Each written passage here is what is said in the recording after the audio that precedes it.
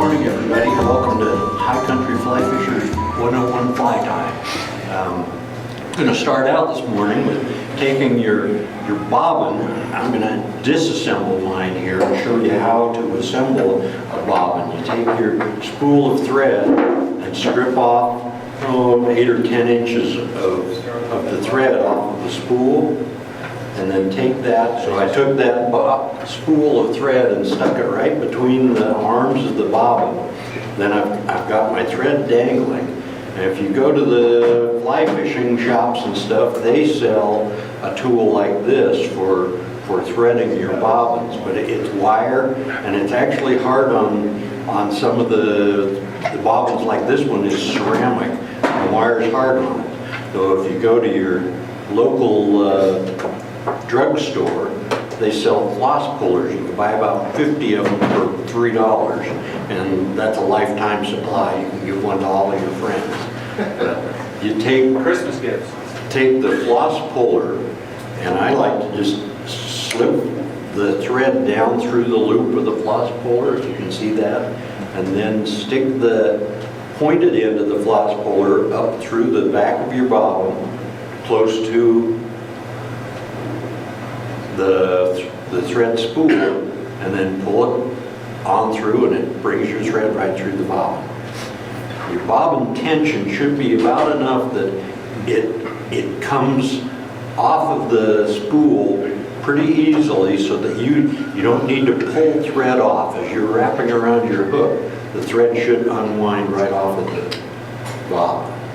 Okay, the next thing I'm going to do is put my hook into my vise. And this is a spring-loaded vise, and there's probably a variety of different ones here, so your instructor could probably help you with whatever style of vise you got. But this vise, I'm going to set the hook down into the jaws, and I want the shaft of the hook basically horizontal. So, and if you can, hide the point of the hook inside the jaw, that hook is sharp enough that it'll cut your thread. Now, if you can keep it buried and still leave you enough room to work on your fly, that's the best method to go. So I'm going to dress my hook, which means I'm going to completely cover my hook with thread. And if you noticed, I started 4 or 5 wraps of thread and then went back over the top of it, and that locked it all into place. Now I can just run my thread all the way up behind the eye of the hook.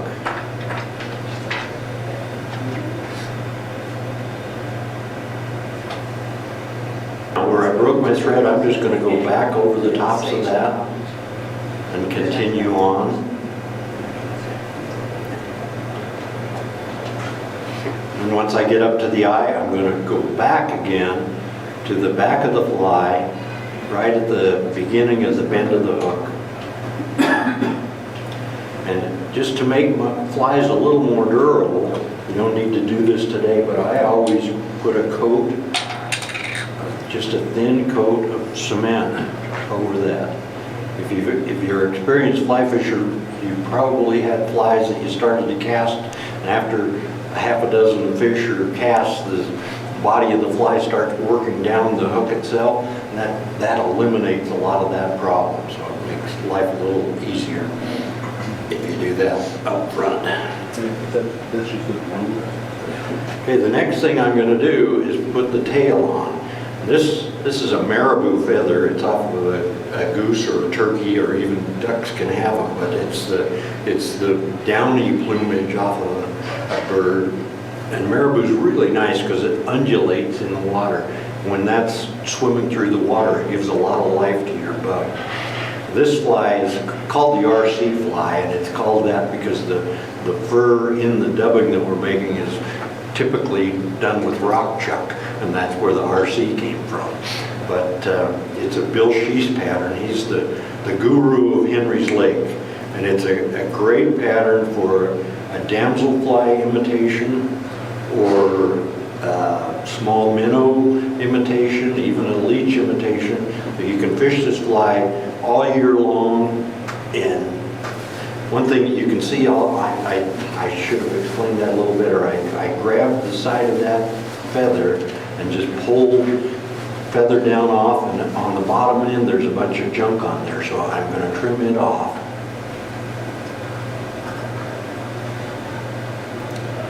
And then I'm going to lay those feathers up on the top of my fly like that, and actually you should measure your tail. You want your tail, I mean typically in most patterns your tail should be about the same length as the body of your fly, so you adjust accordingly.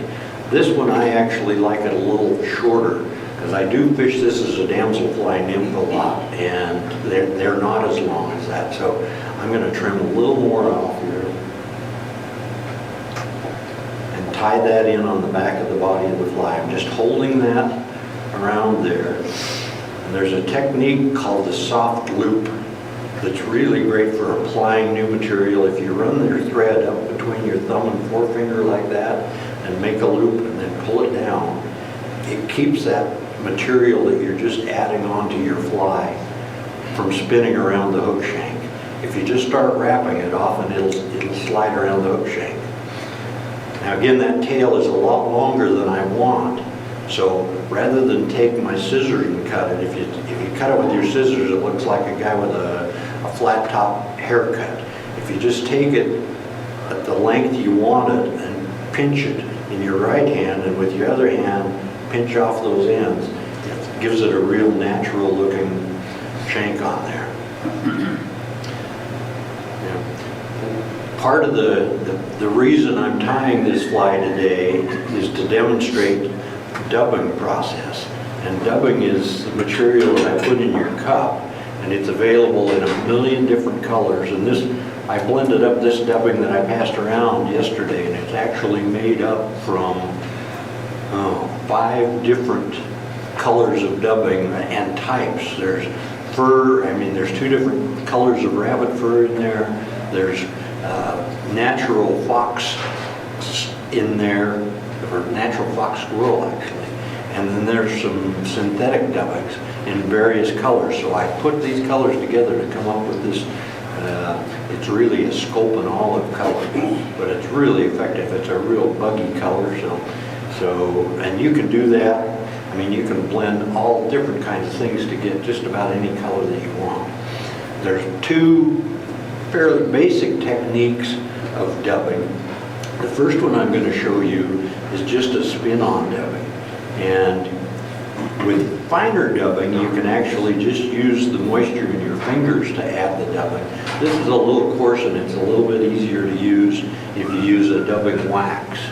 So I hope your instructors have got some wax. If not, we can just pass it around. But I'm going to up and down. Then I'm going to take small pinches of this dubbing. The less is more on when you're doing dubbing process, so you don't want to gob it on there. That's a little heavier than I want. That's probably the hardest thing about learning to dub, is to learn not to use too much. You can add that on there. I'm going to shorten that up now, and I'm just going to wrap that one wrap right over the next towards the front of the fly. You see, I haven't got enough to go all the way up there, so now I'm going to add a little bit more on there.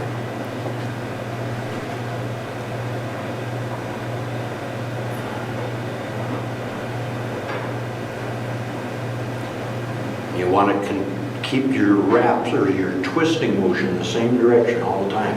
Don't twist both ways. Just wrap around like that.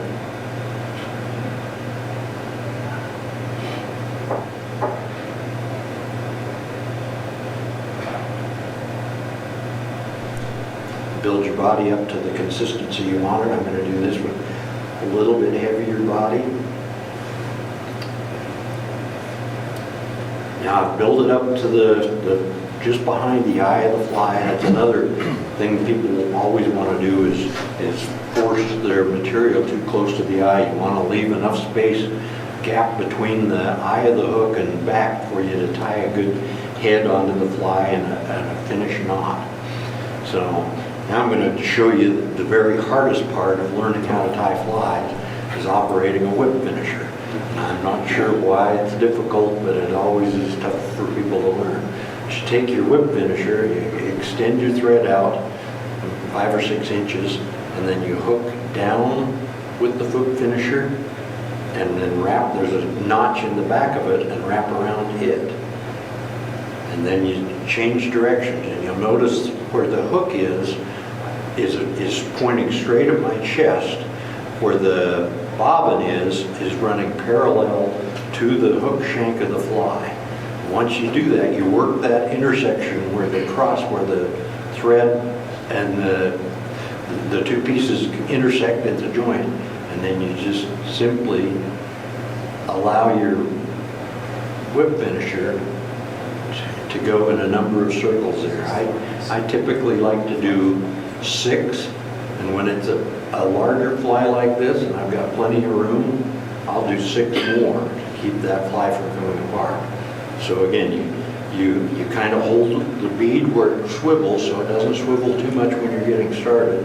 Wrap it, hook it down through the hook, around the bend, and then put that cross section right next to the hook shank.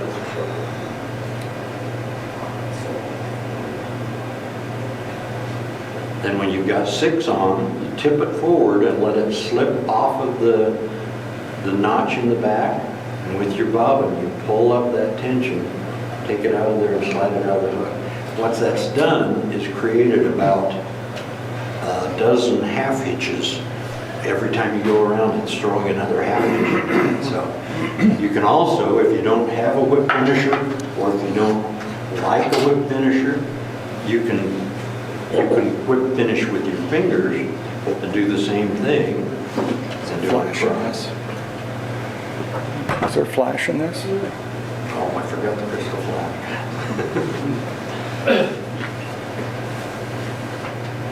And pull it up like that. Or you can take,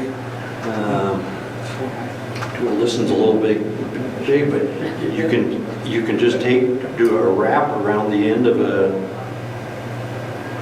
pencil and slide it off. That gives you a whip finish each time you do it. So there are numerous ways to skin the cat.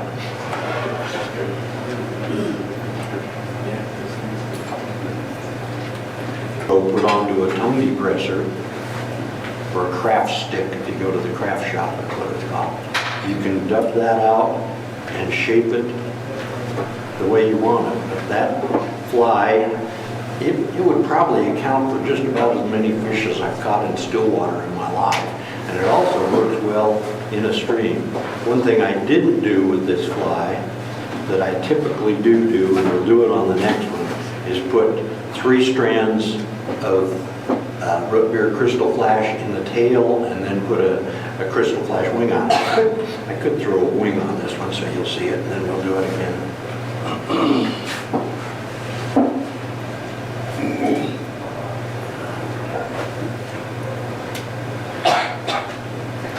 We all have some crystal flash in front of here. I'm going to even up the ends of this to start with.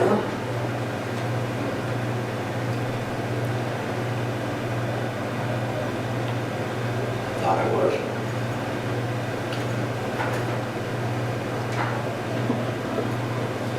I'm just going to lay that down right so that the tips of the crystal flash come out even with the tip of the tail. And I'm going to do 4 or 5 wraps over it. You can start out with that soft loop, like I showed you. Put it up between your thumb and forefinger and get it going. And then after I get a couple or 3 or 4 wraps on it, I'm going to take the leftover and hold it back as well and go back over the top of it some. That locks it in so that it doesn't pull out real easily when you're removing the hook from a fish or something like that. That just gives it a little more light in color, but I tie it both with the crystal flash and without. Some days more subtle is better than not. So I'm going to finish this again. Remember, down, around the back, put the intersection so that the the line with your bobbin in it is parallel to the hook. The line that's hooked into the hook of the hook finisher is pointed right at your body and rotate. And drop it down through the notch, pull it up, and that's a twisted loop RC fly. I'm going to start out exactly the same way. I'm going to dress my hook with my thread. We got out there, we climbed over just over here. Yep. I didn't mention when I was doing this before, if you keep your thread length when you're working off of your bobbin 3/4 of an inch to an inch long, it makes your tying a lot faster. Another thing that I've taught myself to do, and if you'll start out doing it, when you start tying, put your scissors in your fingers and just leave them there.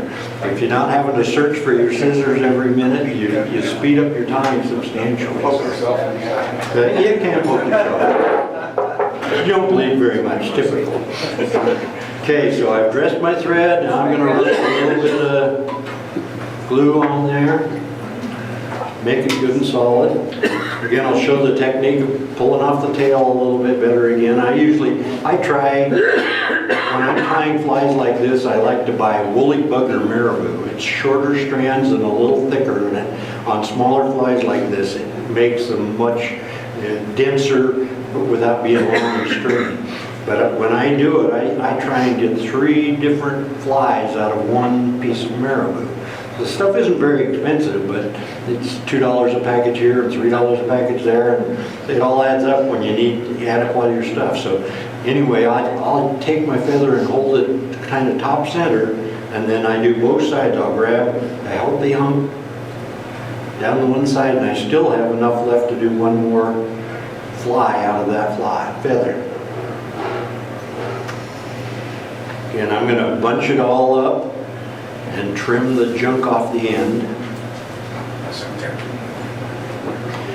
If I want a heavier body fly, I will cut this so that the entire length of the feather goes all the way down. But I typically don't like this body to get real big, so I don't do that with this one. But that is an option to you depending on the look that you want to have. Okay, there, I'm going to take that and I'm just going to pinch that between my thumb and forefinger. Do my soft loop, run that thread up between my thumb and forefinger and down and suck down on it. If you do that about 3 times, It won't spin. it won't spin around the hook shank. So now I can just wrap and it's locked in there. There again, now that tail is about 50% longer than I wanted, so I'm going to pinch it at the point that I want the length to be and then pinch off the end of that. And it still leaves a nice natural looking tail. Okay, the big difference that I'm going to do with this one, instead of just spinning that dubbing on, I'm going to pull my thread down about 3 or 4 inches and then go back around and tie that in good and solid there. Okay, now I'm going to take 3 strands of crystal flash and separate them out. And what I try to do is to get 1 piece to go down each side and 1 piece to stay in the middle. And that gives you a pretty good angle. And then I'll do a couple of wraps around the hook with it just to make it stay in place while I'm tying it in there. It's easier to do if you hadn't screwed up like I did.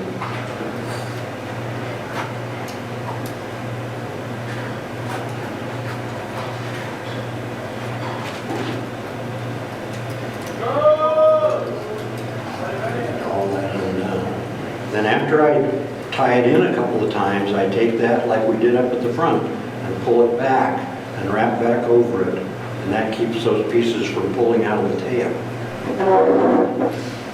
Okay, now I'm going to run my thread up to the eye of the hook. And let it dangle.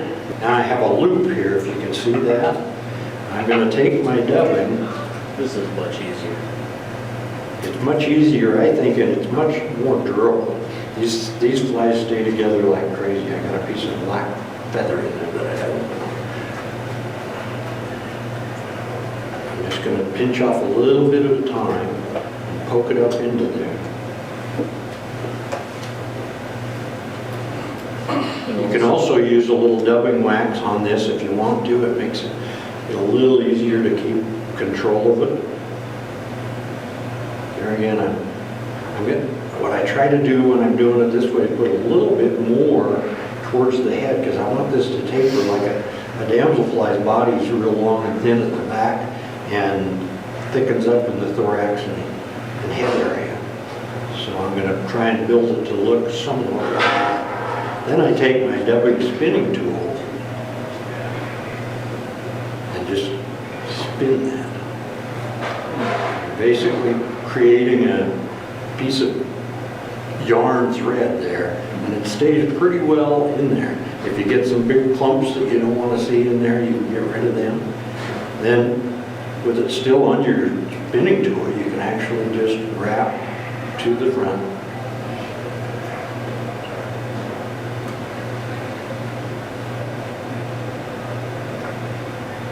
The thread is also twisted and it's really much tighter and stronger. It also allows your dubbing to poke out more, gives it a little bit more buggy action. All those fibers, when you're stripping that fly in the water, will move, and it gives it like a leg action and movement to the fly. The more motion you get as you go. Another thing you can do is if you've got my dubbing brush disappeared out there. Is it, anybody got my tuggy brush? Here it is. Thank you. I'm okay, Dave. I got mine back. So then I'm going to hold that up. That's something I didn't talk about. Whenever you're cutting pieces off of your fly, the piece that you want to cut, always hold up and then let your bobbin dangle. And that, most of the time, keeps you from accidentally cutting your thread.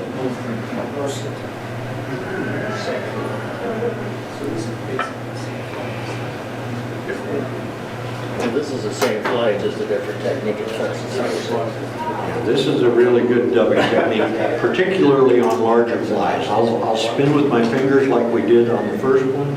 On smaller stuff, and I almost always use a dubbing loop on a larger fly. So, okay, the next thing I'm going to do is finish out my crystal flash wing. Again, I'm going to lay 3 strands right across the top of the fly. Do that soft So loop. he pinches that thread when it comes around.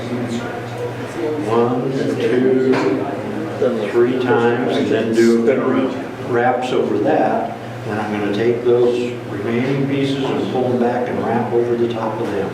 It just locks it all together. I hate it when my flies come apart, so I try to build them as durable as I possibly can. We hate it when your flies come apart. Beggars can't be choosers. Makes us not want to borrow. Okay, then, basically the fly is done. I'm going to whip finish, and I'll show you again. Hook down with the hook, wrap around the back of the whip finisher through the notch in the back, put your thread in your bobbin hand parallel with the fly, and try to get that thread right next to the fly shaft. The piece off of the point should be pointed directly at you, and then just allow it to spin 1, 2, 3, 4, 5, 6.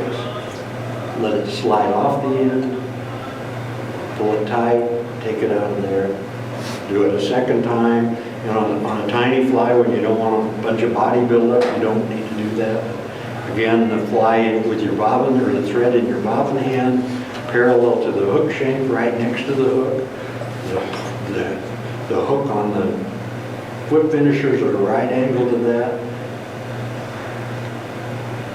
I'm going to do more than that because I want to build a little bigger head on that fly. There you go.